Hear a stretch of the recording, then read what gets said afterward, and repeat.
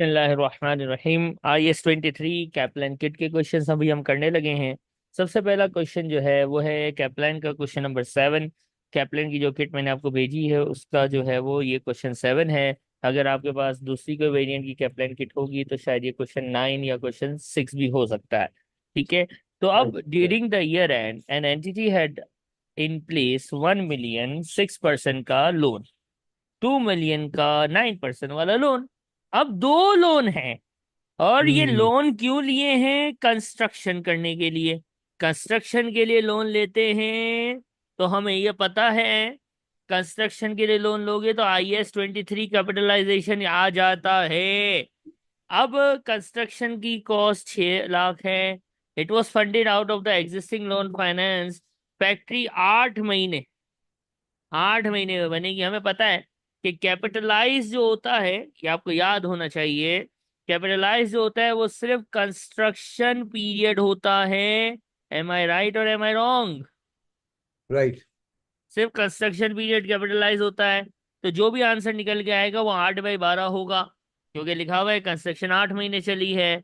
अब 6 लाख का लोन है, यानी बिल्डिंग कंस्ट्रक्शन में जो पैसे इस्तेमाल, कंस्ट्रक्शन में जो पैसे यूज हुए हैं वो 6 लाख हैं। तो ठीक है, 6 लाख आ गया। अब रेट कैसे लें? हमें पता है या तो रेट, एक लोन होता है तो उसका इफेक्टिव रेट ऑफ इंटरेस्ट लेते हैं, और एक से ज्यादा हो तो फिर हम जनरल रेट ऑफ बोरोविंग करते हैं। जनरल रेट ऑफ बोरोविंग करना मैंने सिखाया है जब हमने IS-23 पढ़ा था। कैसे सिखाया था? मैंने कहा था आपने लेना है लोन, टोटल लोन ऊपर और टोटल इंटरेस्ट नीचे, याद आया? जी। 1 मिलियन और टोटल इंटरेस्ट ऊपर होगा या लोन ऊपर होगा? पहले इंटरेस्ट ऊपर होएगा ओके। और लोन का अमाउंट नीचे होएगा, टोटल टोटल ना। तो लोन ठीक तो है सर। आसान है। लोन कैसा आसान है? 1 मिलियन जी बिल्कुल। और 2 मिलियन, टोटल लोन है 3 मिलियन का। इसका इंटरेस्ट बिल्कुल निकाल सर। लेते हैं। 1 मिलियन पे कितना परसेंट बोला है? 6%। तो कितना हुआ? जी छः सर सा से 0.06। कितना कितना कितना? इस और अच्छा, टू उसकी वैल्यू निकालनी है। ओ अच्छा अच्छा, ओके ओके। सॉरी। और 2 मिलियन वाले पे 9% है, तो 2 9 से कितना हो जाता है? 180। यानी सर 60,000 एवरेज और दो। करते हैं ना, एवरेज जी करते हैं जी। ना। यानी जनरल रेट ऑफ हाँ, बोरोविंग का मतलब होता है एवरेज रेट निकालना, राइट और रॉन्ग? जी बिल्कुल सही है। ओ अच्छा अच्छा, ठीक है। सो क्या दोनों आंसर? के निकाल के एवरेज निकाल। तो आंसर ठीक है, 180 + 60, 240। इसको हम डिवाइड करेंगे 3 मिलियन से और और मल्टीप्लाई मल्टीप्लाई करेंगे। करेंगे 100 से। जी 8% आ रहा है सर। यानी general rate of borrowing is 8%, जो कि इधर चली ओके। गई और आपके पास आ गया कि कंस्ट्रक्शन पीरियड से कितना बोरोविंग कॉस्ट है, इंटरेस्ट परटेन करता है, which is gonna be capitalise, right. ये आता है हाँ 32,000 और तीन सही जीरो है इन्होंने सर। खुद डाल दिए हैं, तो आप यहाँ 32 लिखेंगे। Got my point? बिल्कुल बिल्कुल, गॉट योर पॉइंट सर। बिल्कुल ये ठीक है। ये हो गया हमारा कैप्लन का पहला MCQ, question number 7। Any problems? अब कैप्लान में MCQ सेक्शन में IS-23 से रिलेट करता हुआ है क्वेश्चन नंबर 14 कि बोरोविंग कॉस्ट रिक्वायरमेंट हमेशा पहले पढ़ते हैं। Borrowing cost to be capitalise in respect of warehouse, okay fine. Capitalisation of interest की बात होती है तो IS-23 दिमाग में आएगा। गिवरेज टुक 7.5 मिलियन का 10% लोन 1 जनवरी को। क्यों लिया? बिल्ड, कंस्ट्रक्शन आ गई, लोन आ गया, इंटरेस्ट आ गया, कंस्ट्रक्शन आ गई, खलास। इट्स IS-23, राइट और रॉन्ग? राइट। अब क्या हुआ है? कंस्ट्रक्शन जो है वो फरवरी में शुरू हुई है और नवंबर में कंप्लीट हो गई है। As not hmm. All the funds were needed immediately, इस बंदे ने कुछ शॉर्ट टर्म जो है वो जो है वो इन्वेस्टमेंट कर दी है जनवरी से लेके मई तक के लिए। 2%, 2 मिलियन का अमाउंट और 4.5% में, मैंने कहा था ना मारवाड़ी वाला काम कर रहा है, याद आया? यही मेरे अल्फाज से जब मैंने बिल्कुल सर। IS-23 पढ़ाया था। मैंने ये भी बताया था बिल्कुल। कि भाई कैपिटलाइज जो है वो सिर्फ कंस्ट्रक्शन पीरियड का होगा, और उसमें अगर आपको कोई इन्वेस्टमेंट इनकम हो रही है तो आप उसको नेट ऑफ करेंगे। ये हमने पढ़ा हुआ है। तो ये क्वेश्चन आपसे खुद से भी हो जाना चाहिए लेकिन अभी हम मिलके कर रहे हैं, तो आइए देखते हैं। हमें सबसे पहले तो कंस्ट्रक्शन पीरियड देखना है। कंस्ट्रक्शन पीरियड कितने मंथ्स है? कंस्ट्रक्शन पीरियड देखना जरा। कंस्ट्रक्शन में 1 फरवरी, और एक तो फरवरी, मार्च, अप्रैल, मई, जून, जुलाई, अगस्त, सितंबर, अक्टूबर, नवंबर, सर 10 मंथ्स। 10 मंथ्स, माशाल्लाह, वेरी गुड। अब ध्यान से, इसमें एक ही लोन है, तो हमें जनरल रेट ऑफ बोरोविंग करने की कोई जरूरत नहीं है। उसी का इफेक्टिव रेट लेंगे, इफेक्टिव रेट अलग से नहीं दिया, तो जो रेट दिया वही ले लेंगे, खलास। ये हो गया। मल्टीप्लाई 10/12 आ गया, क्या आंसर आया? सर ये आ जाएगा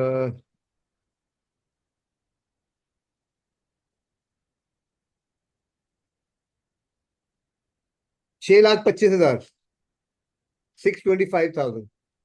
ठीक हो गया, लेकिन it's not the final answer. हाँ, क्यों? जी। हम्म।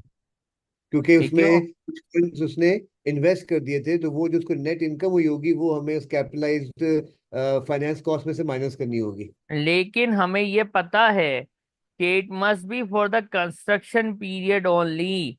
तो इससे 2 मिलियन जो है वो 4.5% पे लगाया है, लेकिन कंस्ट्रक्शन पीरियड भी दिया हुआ है, और ये इन्वेस्टमेंट का पीरियड भी दिया हुआ है। ध्यान से देखो, जनवरी से मई है, कंस्ट्रक्शन फरवरी से नवंबर है, तो हमें मैच करना होगा। क्या जनवरी, यानी इससे देखो, जनवरी से लेके मई तक, ये 1 मई है, तो जनवरी से 1 मई तक की इसने इन्वेस्टमेंट की है। लेकिन क्या जनवरी जो है वो कंस्ट्रक्शन पीरियड है कि नहीं है? नहीं, क्योंकि नहीं नहीं, वो तो 1 फरवरी में स्टार्ट हुई है। ओ यस। तो ये कितने मंथ है वैसे? ये बनते कितने हैं जनवरी से लेके 1 मई तक? 1 मई तक कितने बनते हैं? 4 महीने सर। 4 महीने वल्लाही बनते हैं, लेकिन हम इसमें से जनवरी का महीना एक्सक्लूड करेंगे। क्यों? क्योंकि वो कंस्ट्रक्शन के पीरियड में फॉल नहीं नहीं कर करता। रहा। मैंने ये कल बताया था कि जितना जी इंटरेस्ट बिल्कुल। कंस्ट्रक्शन से, अगर ये ऊपर वाली की बात करो एक्सपेंस की, तो जितना कंस्ट्रक्शन पीरियड से परटेन करता है वो कैपिटलाइज, जो परटेन नहीं करता वो एक्सपेंस आउट। इन्वेस्टमेंट इनकम जो कैपिटलाइज पीरियड से परटेन करती है वो अमाउंट टू बी कैपिटलाइज से माइनस, और जो इससे परटेन नहीं करती वो डायरेक्ट एसओसीआई में इनकम चली जाती है। और हमने कल हम्म, इसका विल्सन वाला क्वेश्चन करके डिटेल में इसको हम्म, देखा था, जब हमने IAS 23 पढ़ा था, राइट? Right sir. अमाउंट बताइए। सर जो इंटरेस्ट की बनती है फाइनेंस कॉस्ट की, वो सॉरी जो इनकम की, वो 22,500 बनती है, 22,500। और हाँ, जो 6,02,500, 6,02,500, सिक्स जो zero two capital five double zero ये क्वेश्चन कंप्लीट हो गया सर।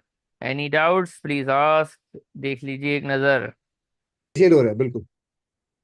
अब हमारे पास IAS 23 से कंप्लीट OTQ है। OTQ हमें पता है, एक सिनेरियो और उससे 5 सवाल। इतना छोटा सा सिनेरियो है और उससे 5 सवाल रिलेट करते हैं, तो ऐसा उसी वक्त होता है जब ज्यादा एग्जामिनर का फोकस जो है वो थ्योरी टेस्ट करने पे चला जाए। जब एग्जामिनर हम्म, थ्योरी टेस्ट करने पे आता है, तो वो इस तरह का छोटा सा सिनेरियो बनाता है, और उस छोटे से सिनेरियो के अंदर जो है वो बहुत सारा जो है वो थ्योरी को टेस्ट कर रहा होता है। तो इसके अंदर सबसे पहला क्वेश्चन जो है वो हम देखेंगे।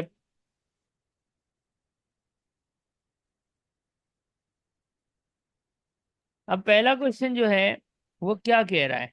वो कह रहा है कि भाई, how should the loan be treated in financial statement? Loan को कैसे ट्रीट करना चाहिए? अब देखिए, अभी हमारा कोर्स इनिशियल है, अभी हमने सिर्फ IAS 16 पढ़ा है, IAS 40 पढ़ा है, और हम IAS 23 पे अभी हैं। आगे जाके हम फाइनेंशियल इंस्ट्रूमेंट्स इंशाल्लाह पढ़ेंगे, लाइबिलिटीज की क्लासिफिकेशन को पढ़ेंगे। तो ये क्वेश्चन उस लेवल का है, लेकिन IAS 23 के साथ आ गया है, तो हम इसको अभी देख भी लेते हैं। लेकिन ये याद रखना, ये वाला क्वेश्चन जो है ये परटेन करता है आगे, आगे की चीजों से, जो इंशाल्लाह आप आगे जाके करेंगे। तो अभी इसका सिर्फ आंसर मैं आपको बताता हूँ।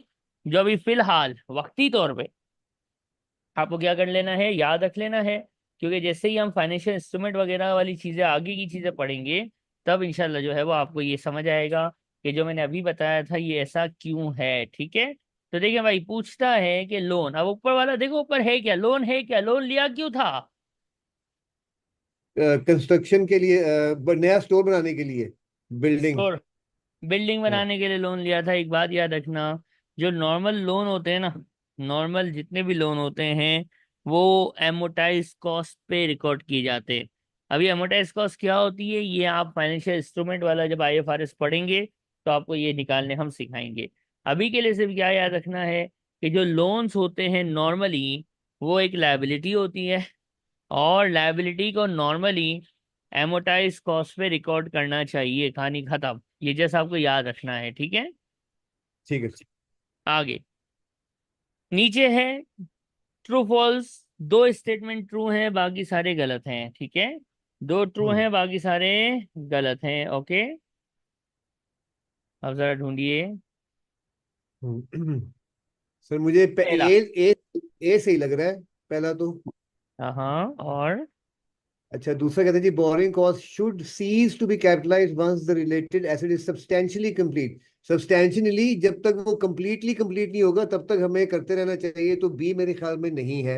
अब मैं बताता हूँ, सी रुकिए कहते रुकिए रुकिए रुकिए हैं जी। रुकिए, मैं बताता हूँ। जी। जी। पहला वाला, borrowing cost must be capitalise, बिल्कुल सही बात है।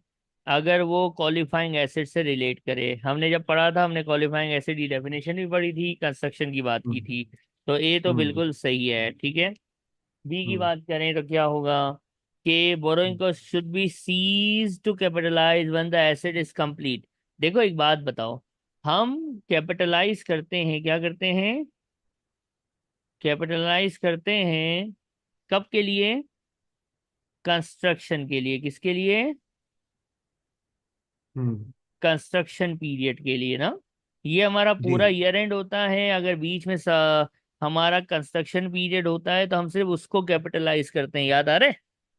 जी बिल्कुल सर। लेकिन जब कंस्ट्रक्शन पूरी हो जाती है तो फिर हम उसको कैपिटलाइज कभी नहीं करते।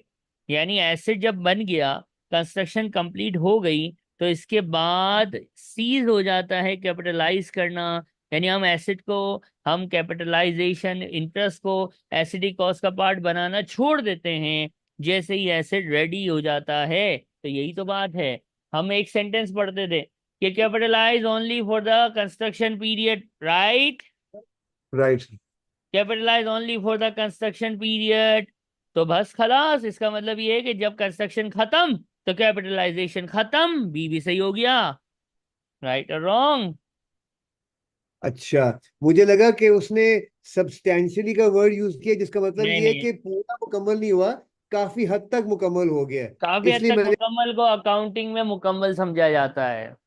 अच्छा ठीक है, सही है सही है। सर थोड़ा अगर मुझे ई को एक्सप्लेन कर दे, मुझे अभी ई मैं का जरा सी, समझ। पहले मैं सी एक्सप्लेन ना करूं। जी जी, सही है बिल्कुल बिल्कुल। कहता है कि बोरोविंग कॉस्ट जो है वो सिर्फ नॉन करंट एसेट की होती है। भाई गलत बात है। कल मैंने जब IS 23 पढ़ाया था, मैंने इन्वेंट्री का भी बताया था कि बिल्कुल इन्वेंट्री सही। के लेने के लिए भी अगर आपने लोन लिया है और वो इन्वेंट्री बनने में टाइम लगता है तो वो कैपिटलाइज हो सकता है, तो वो करंट हाँ, एसेट है। वो डी, करंट एसेट बोरोइंग है कॉस्ट बिल्कुल। में भी कैपिटलाइज।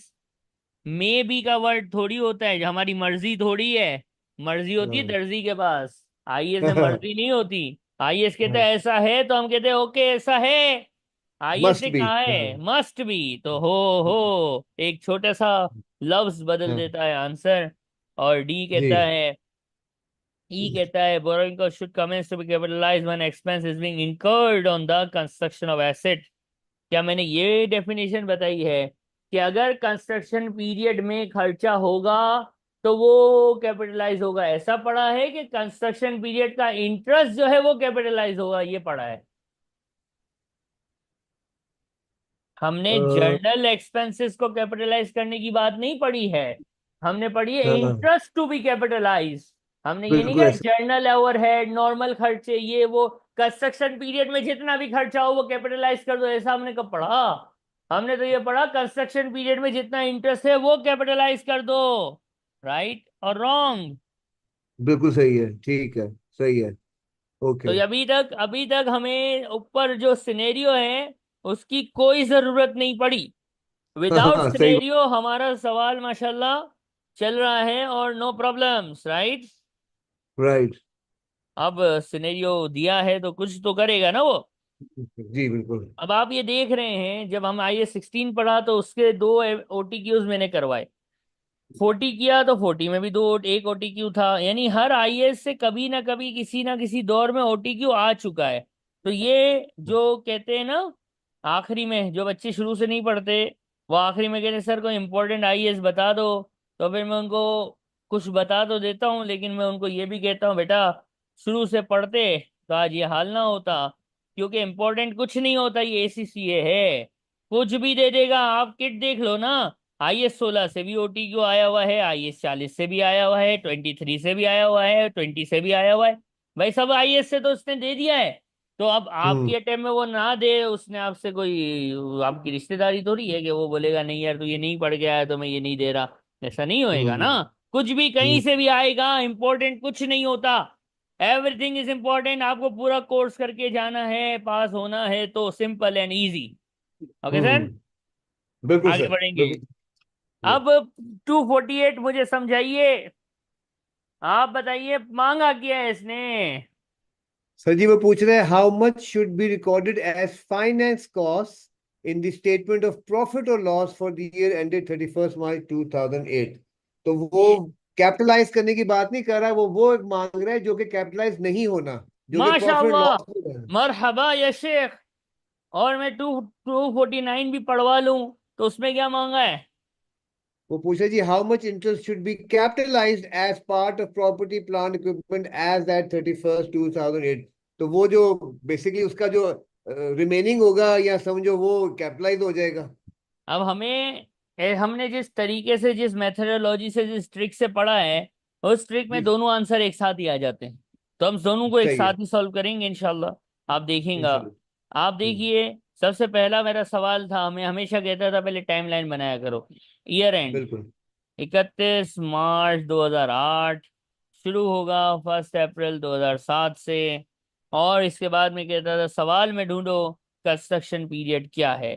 लोन लेना ये मसला नहीं हम्म। है, लोन लिया है अप्रैल 7 में, नो प्रॉब्लम, प्रीमियम पे रिडीम होएगा। अब देखो पहली मर्तबा आया ना, इफेक्टिव रेट, दो दो रेट, सवाल में दो दो रेट है भाई, कौन सा रेट लेंगे आप। हाँ, तो उसने बेसिकली खुद ही कैलकुलेट करके दे दिया इफेक्टिव रेट, तो हम डायरेक्ट 7.5% ले लेंगे।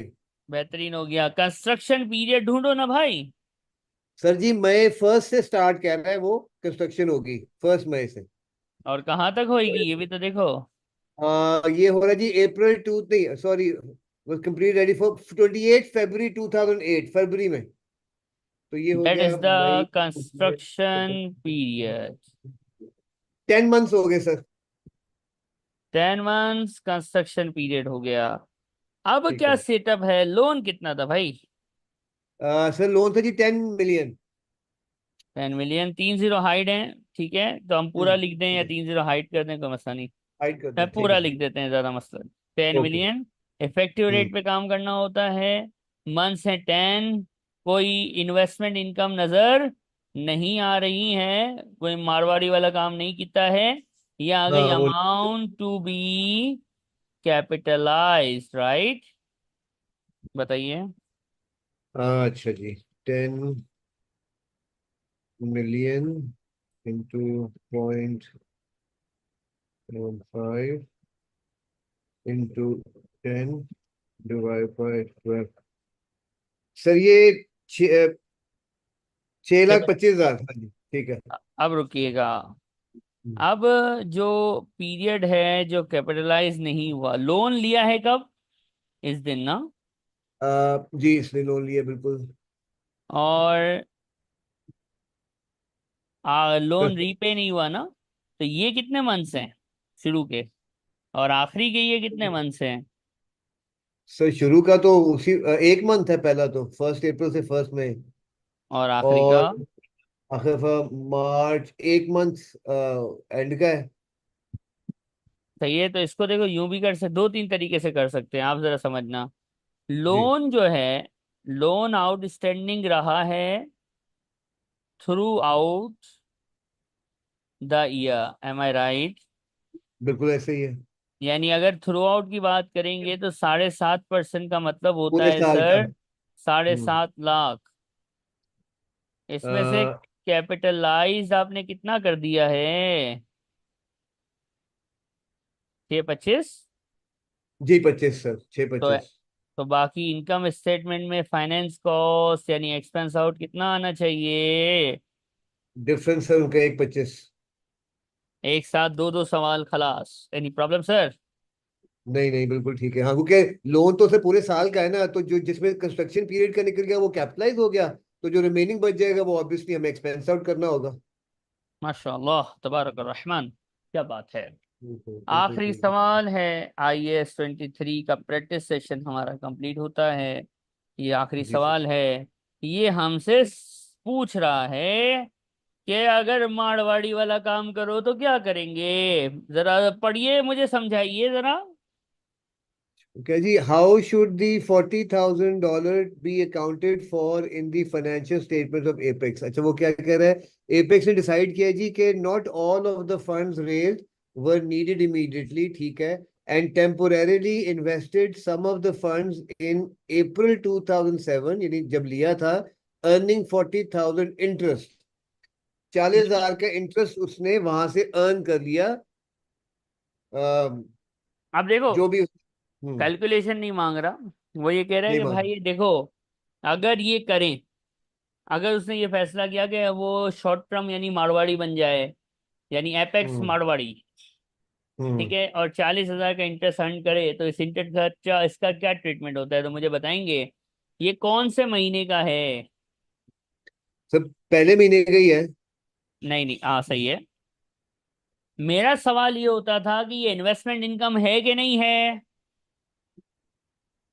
Were needed and temporarily invested some of the funds in earning 40,000। ये इन्वेस्टमेंट इनकम है ना, अभी। इंटरेस्ट रिसीव्ड है ना, रुको रुको रुको, ये इंटरेस्ट रिसीव्ड है ना। जी सर, अर्निंग अब 40 थी, ठीक है। अब इसके दो ट्रीटमेंट होते थे। या तो हम्म। ये अमाउंट टू बी कैपिटलाइज में माइनस होता है, या ये ऐसे ही।